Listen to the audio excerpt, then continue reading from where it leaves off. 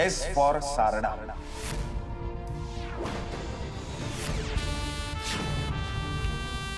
Sarda. Confirm sir. Sir पण एवढ्या खात्रीने कसं सांगू शकता? ज्या गाडीचा अपघात झाला ती गाडी कोणाची होती? सारडा. त्या गाडीतून जो हात बाहेर आला त्या हातावर कुठलं अक्षर गोंदलेलं होतं? S for Sarda. मग आता जाऊन हात चेक करायचे. आता सारडाच्या गुहेमध्ये शिरायचं आणि प्रत्येक सारडाचे दोन्ही हात चेक करायचे. पण मॅडम तसं तर एस फॉर शिवराम पण होतं ना. बरोबर आहे. शिवराम तर जेलमध्ये. म्हणूनच ना तिकडे जाऊन ती सगळी प्रोसेस लांब होणार. Very good very good. Continue चर्चा करत राहा. मी घरी चाललोय. इझी येते म्हणून सारडा म्हणाले. अरे पण वार कशाला केलेस त्या गणपतवर? आपण तो पळाला असता तर काय केलं असतं आपण? अरे मग मेलाय की नाही ते तर बघायचं ना. अहो शेठ पण 4-5 वार केले त्याच्यावर. तो जिवंत आहे. तो गेला आता पोलिसांकडे. आता बसा बोंबलत. मग आता करायचं काय? काय म्हणजे? इथून निघायचं, गावाकडे जा नाही तर कुठेही जा. 15 दिवस दिसायचं नाही मला. पण तुम्ही कुठे चाललात? तुम्ही ही जी घाण केली ना ती साफ करायला, नाहीतर आपण दोघं मेलेले सापडू त्या नाल्यात.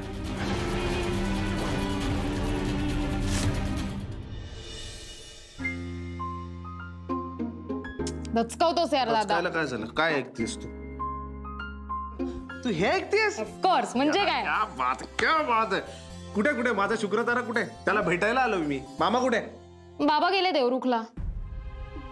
देवरुखला गेला म्हणजे? अगं मला वाटलं होतं आठवडाभर तरी तो थांबणार आहे. अचानक कसं देवरुखला गेला? आणि कोणाला? मला नाही सांगितलं त्यांनी. मी त्याच्याशी गप्पा मारायच्या म्हणून आलोय ना. असं कसं गेला तो? अरे मलाही वाटलं होतं आठवडाभर थांबतील. आत्या केवढी चिडली आहे माहितीये? यार देवरुखला कसं? बरं देवरुख काय जवळ आहे का? हे काय म्हणजे बांद्र्यावरून पार्ल्याला जाण्यासारखं आहे का? एवढ्या लांबून मला न सांगता गेलाच कसा यार तू? हे सगळं तू मला का विचारतोयस? तू बाबांना विचार. मला काही माहित नाही. त्यालाच विचारतो. हा विचार. नाही आणि विषय असा आहे ना, जर गाडीत असेल ना तर मी त्याला सांगणार आहे आत्ताच्या आत्ता उतर. जिथे आहेस ना तिथे मी स्वतः तुला न्यायला येतो. फोन पण नॉट रिचेबल त्याचा. दादा ते ट्रॅव्हलिंग मध्ये रेंज नसेल. मला सांग तू आत्ता जेवायला बसणार आहेस की नंतर बसशील? नाही नंतर बसेन मी. मी त्याच्याशी गप्पा मारायच्या म्हणून आलो होतो. काय मला माहितीये तू वहिनीसाठी थांबलायस. ती येतच असेल आता. तिच्यासाठी नाही ग, ती रोज आहे. मामा भेटणार म्हणून आलो धावत पळत मी. मला सगळं माहितीये. तू वहिनीसाठी थांबलायस. सगळं गेला असेल.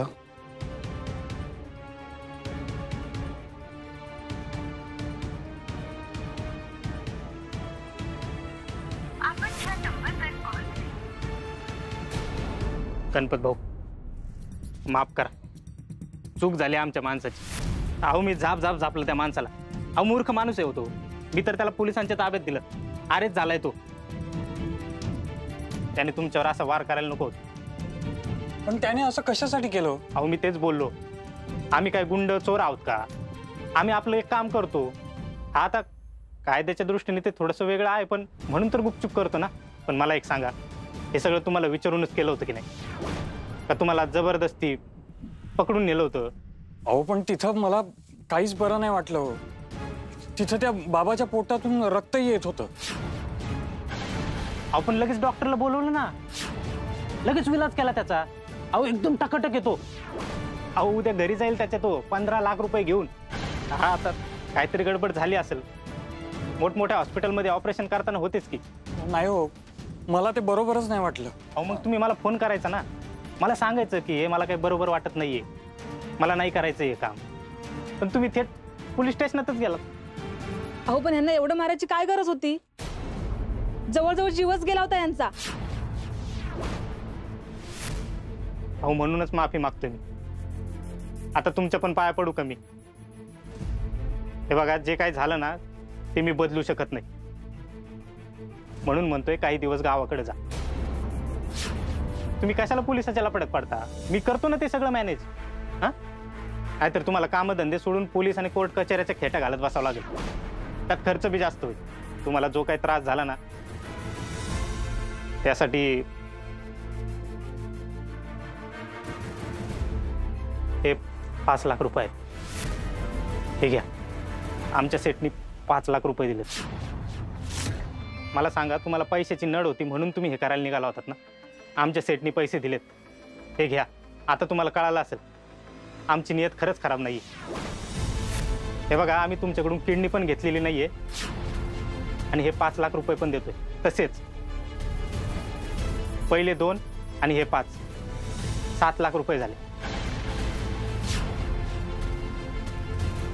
हे 5 लाख रुपये हे घ्या.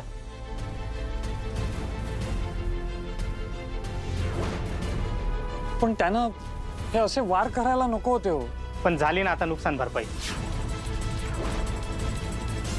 ही माझी गाडी आहे, तो ड्रायव्हर सोडेल तुम्हाला गावाकडे. तुम्ही काही दिवस तिकडेच राहा. हे सगळं प्रकरण मी मिटवतो. हा, काळजी करू नका. चल, मी घेतो. या या.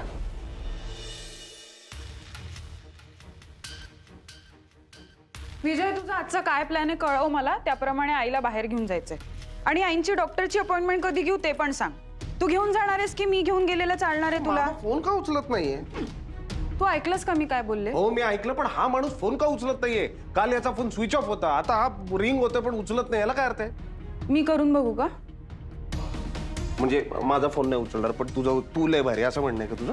ते तुमचं काही सांगता येत नाही. भांडण झालंय का तुमचं? नाही, असं काही झालं नाही यार. काय ना, तो आहे जरा चमत्कारिकच आहे तू. काय म्हणजे, आणि वयानुरूप ना त्याचा हा विक्षिप्तपणा जरा वाढायला लागलाय. पण आता पण फोन उचलत नाहीये. विषय असा ना बोशू, तो घरात नाही तर घर रिकामा रिकामा वाटतं. नाही, आहे तो जरा तिरसट आहे. तो समोरच्याशी बोलताना समोरच्याला असं वाटूच शकतं की हा माणूस भांडतोय आपल्याची, पण त्याच्या मनात काही नसतं, कळलं का? मनात तो. एक मिनिट, तुझं आणि त्याचं काही झालं नाही ना? नाही, मला असं काही वाटलं नाही. ती मीता कुठे? मी तर हॉटेलला गेली ना राहायला. कधी? अरे असं काय करतोयस? देवी म्हणाली ना, रिसेंट डेव्हलपमेंट अशी आहे की सारडांनी मीताला आणि तिच्या आईवडिलांना हॉटेल स्वीट बुक करून दिले. परवा एंगेजमेंट आहे ना मीताची, म्हणून देवरुखून तिच्या आईवडिलांना पण बोलावून घेतलंय त्यांनी. मला पण फोन आला होता पौर्णिमा सारडांचा. काय हॉटेलला राहायला? ओ बारातियों को वो स्वागत वागत करो असं काय?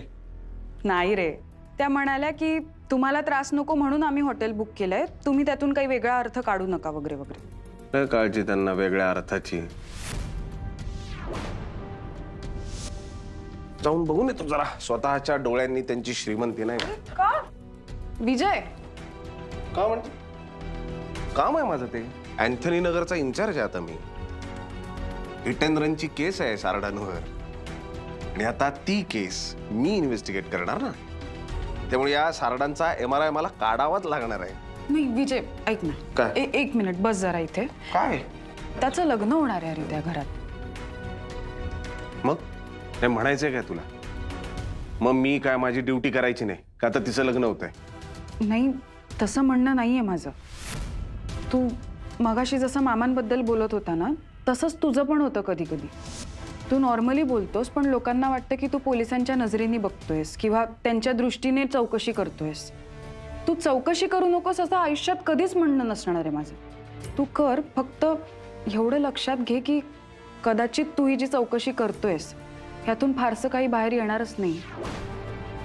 कारण मीता त्या घरात लग्न होऊन जाणार आहे विजय. नात्यांचा विषय फार डेलिकेटली हँडल करावा लागतो.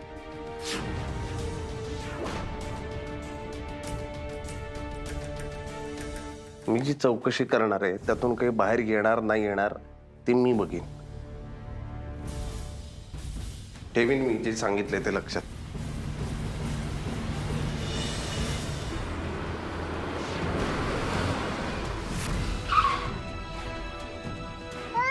काय झालं दादा?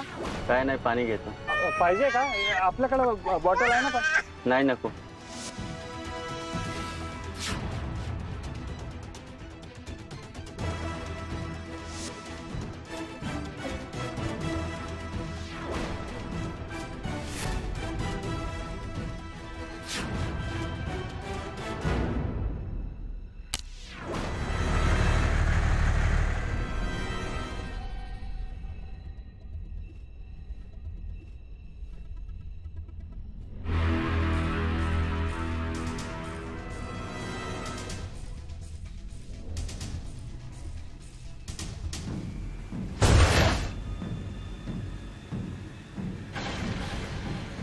काय झालं आशाताई? ते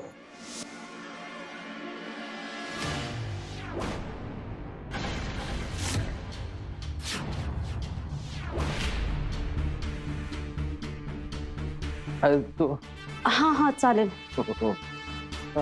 तुम्ही विक्रम. विकी, विकी. तुमचं काही काम होतं का इकडे? हा, म्हणून तर आलो मी. मला ते सारडा साहेबांना भेटायचंय. बोलव बरं. ऍक्च्युली ना डॅड घरी नाहीयेत. मी मालला बोलवतो ना, तुम्ही त्यांना विचारा ना. असं कसं? थांब ना, तू घाई काय? नाही, मी तुम्ही मांना विचारा. मी मालला बोलवतो. मा.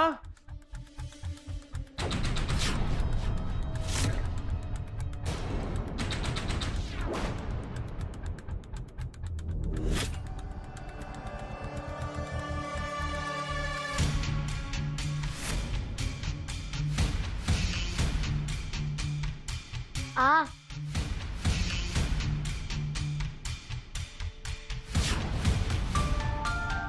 आ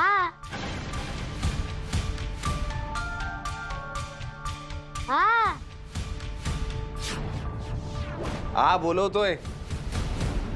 आ बोलवतोय तुम्हाला. हा मगाचपासून तो आ. हा काय रे? हा. आत बोलवतात का? देवी, देवी झालं का?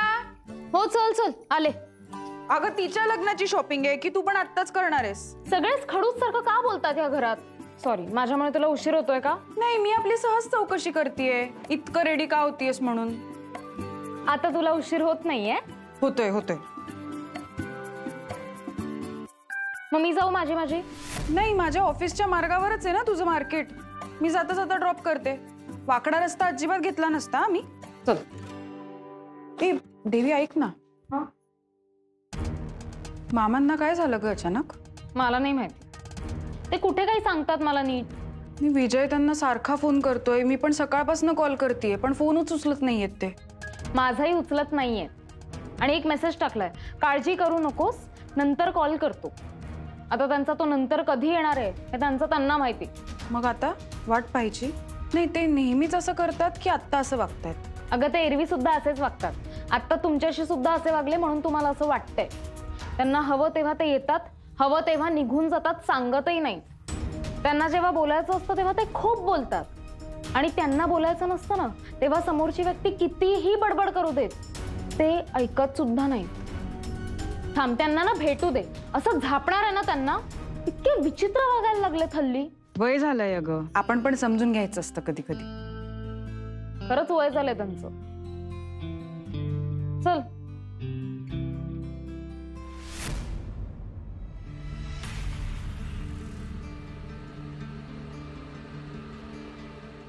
नमस्कार. नमस्कार. હું ડિંટલ શાહ. હું ડિંટલ शाह. हू डिंटल शाह? मी डिंटल शाह. अच्छा, यू डिंटल शाह. हा. ओ हाय. साहेबांसाठी काम करतो.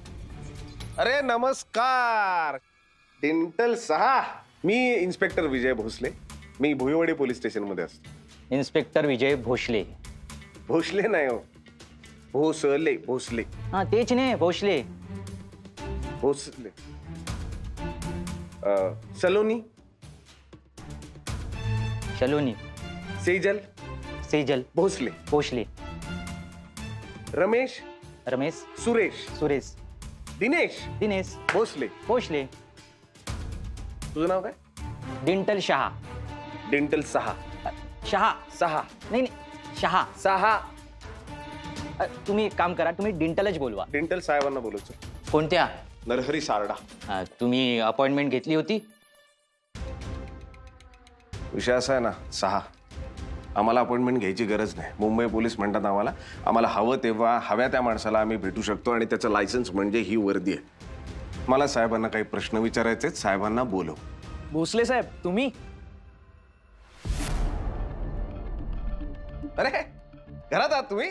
या ना या. नाही नाही, नक्की येऊ का? कारण यांनी मला विचारलं अपॉइंटमेंट आहे का तुमच्याकडे, नाही तर बाबा निघतो मी. हा डिंटल आहो, यांना कसली आली अपॉइंटमेंट?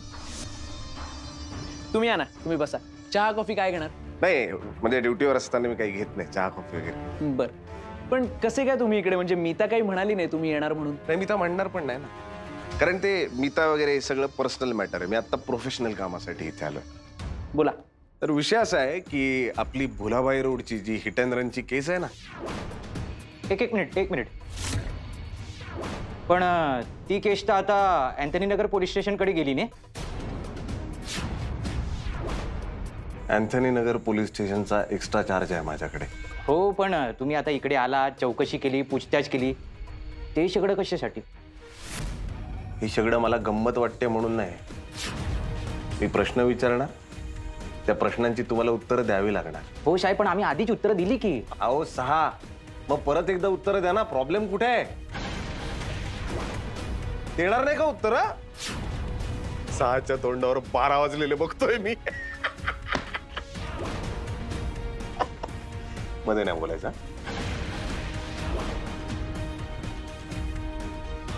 काय नाही हो, काही प्रश्न विचारायचे होते, तेवढे प्रश्न विचारले की.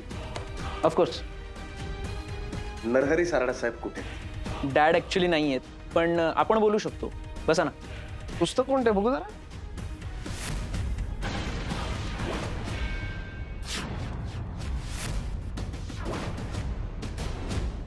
अरे भोसले साहेब. अरे नमस्कार नमस्कार. तुम्ही घरात आहात साहेब? हो. आज इथे कसं काय? दादा, अरे शिवराम धारपची जी केस आहे ती सध्या भोसले साहेबांकडे. क्या बात आहे. काय घड्याळ आहे हो साहेब, क्या बात आहे.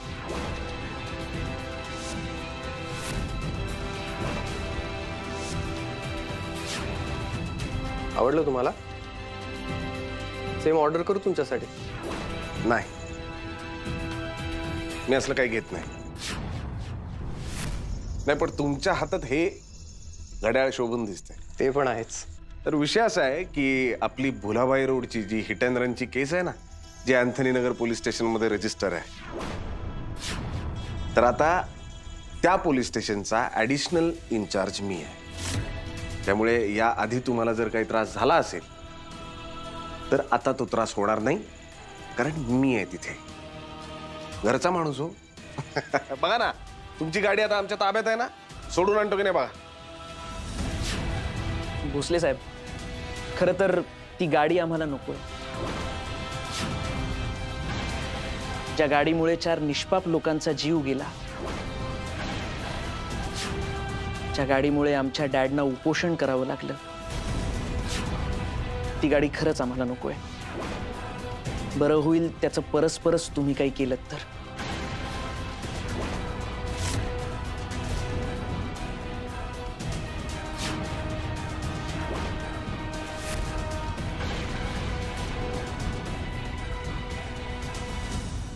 क्या बात आहे. दोघांच्याही हातावर तोच टॅटू, सेम. कदाचित विकी सारडाच्या हातावर पण तोच टॅटू असेल, नरहरी सारडाच्या हातावर पण तोच टॅटू असेल. मे बी त्यांचा फॅमिली रिच्युअल असेल की प्रत्येकाच्या हातावर तो टॅटू पाहिजे. मग कळणार कसं? काय होतं ना जमदडे, कुत्र्याला जसा मालकाचा वास येतो ना, तसं मला त्या घरात, त्या वास्तूमध्ये, त्या लोकांमध्ये गुन्ह्याचा वास येतोय. विषय असा झालाय ना, मला आतून वाटतंय की त्यांच्यापैकी कोणीतरी किंवा त्यांच्यापैकी प्रत्येक जणांनी काहीतरी गुन्हा केलाय. असं का वाटतंय? का म्हणजे बघ ना तू, त्यांनी मला चहा कॉफीला विचारलं आणि साधं पाणी पण नाही दिलं का? कारण त्यांना मी तिथे त्या वास्तूमध्ये नको होतो, त्यांना माझे प्रश्न नको होते. मुळात माझं अस्तित्वच तिथे असणंच त्यांना पटत नव्हतं. झोलाड आहे झोलाड. सारडा फॅमिली झोलाड आहे जमदाडे. जोलाट तर आहे, पण सर शेवटी आपण अंदाजावरच येऊन थांबलो ना. म्हणजे सगळ्यांच्या हातावर जर सेम चिन्ह असेल तर सीसीटीव्ही मध्ये जो हात दिसला तो कोणाचा ते कसं कळणार? त्या अपघाताच्या वेळी अख्खी सारडा फॅमिली कुठे होती ते बघावं लागेल. अपघाताच्या वेळी, अपघाताच्या आधी आणि अपघाताच्या नंतर सारडा फॅमिली कुठे होती? पण सर, ह्या सगळ्याला खूप वेळ लागेल, म्हणजे काही दिवस लागतील. दुसरा पर्याय नाही आपल्याकडे. नरहरी सारडा, त्याची बायको, त्याची 3 मुलं, अमित सारडा, विक्की सारडा.